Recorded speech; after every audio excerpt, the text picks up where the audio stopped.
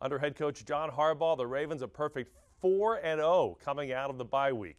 And anytime you have a chance to interview the head coach on Ravens Report, you always like to remind him of the good news coming out of the bye. Coach, thanks for visiting with us. We appreciate good news, Jerry. Hey, this time of the year, who doesn't in the NFL? And let's start with the idea of good news. Going into the bye week, a tough loss in Houston, but coming out of the bye week, it's a little easier to look at the fact that you're 5-2 and you're in first place in the AFC North. No doubt. We're in good position going forward. Obviously, we have a lot to accomplish this month to position ourselves for December.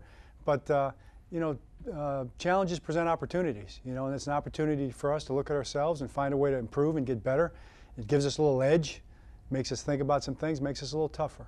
Coaches love to plan. You have to plan to succeed. But the nature of your job is also working around the unplannable. Things like Hurricane Sandy. What kind of unplannable circumstances did that present for you and your coaching staff? You know what? It's amazing how well it worked out. It's amazing how great the power company was around here. We have a generator here. Keith and his crew did a great job here, and we just kept right on working right through it.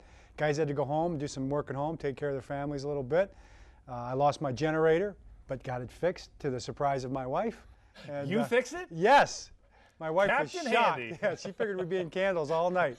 So, Well done. Thank you. Unusual for a head coach to be that handy.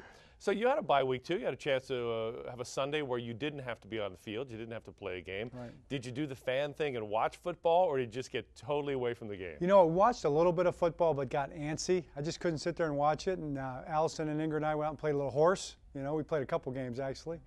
Win? Three games. I did win. Couple. Allison did well. It's competitive at our house. We don't just, we're not just letting anybody win in our house. We did some lacrosse shooting and stuff like that, so we had fun. It was a great day. As you now get ready for the Browns, another good number in your favor, you're 9-0 as a head coach against the Cleveland Browns. Do you understand that if that trend continues, they're going to require you to return your birth certificate and eliminate the fact that you're from Ohio?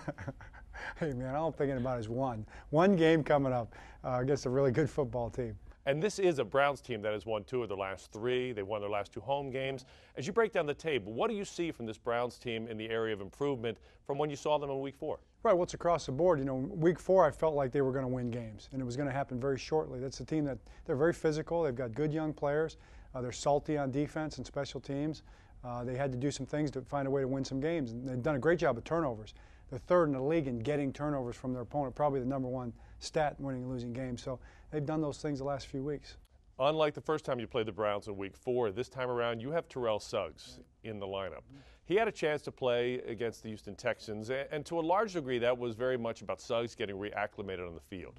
Now that he's had field time of the game, practice time, meeting time, how much of an impact do you expect him to have on the overall defense, not just on his position? Yeah, he's going to have a big impact. I mean, he had an impact in that game, like you said, and he was just kind of feeling his way back into the game. He's that kind of a player. I mean, he's a Defensive Player of the Year last year. He's in great shape. He's really on top of his game. He's leading, even better than he ever did before, and he's always been a great leader. So he makes a difference for us.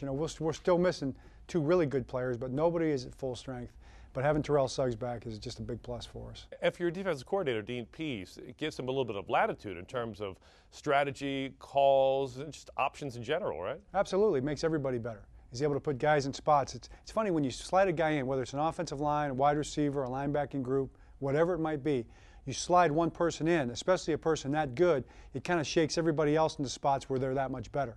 Because the role they're in is a little more, it takes advantage of their skills a little bit better. It makes them better than they would have been in another role. And really, isn't that the definition of greatness in athletics? Not just you're better than everybody else, but you make everybody else better. Yeah, and there's a lot of ways to do that. One of it's by manning that spot really well. You man it so well, it makes the guys around them, they can concentrate a little more on defining their job a little more tightly. The other thing I've always noticed about Terrell Suggs is he changes the practice atmosphere. Yeah. When he's not tackling me, he has that ability. He makes work Did he bring fun. you down in that tackle? I want to point out that I did not go to the turf. I took a blind side shot from Suggs and did not go to the turf. Do you think he could have taken you down if you really wanted to? In an instant.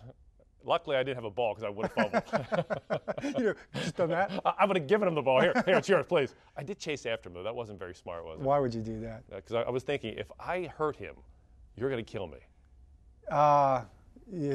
Boy, let's not even think about that. No, I have to tell you, but you're right. He does. He makes a difference. He gets everybody fired up. He's great in the meeting room. He's a great student of the game. In our meetings, he's always asking the right questions. You know, guys love being around him. Good stuff. We'll continue our interview with head coach John Harbaugh right after this when Ravens Report comes right back.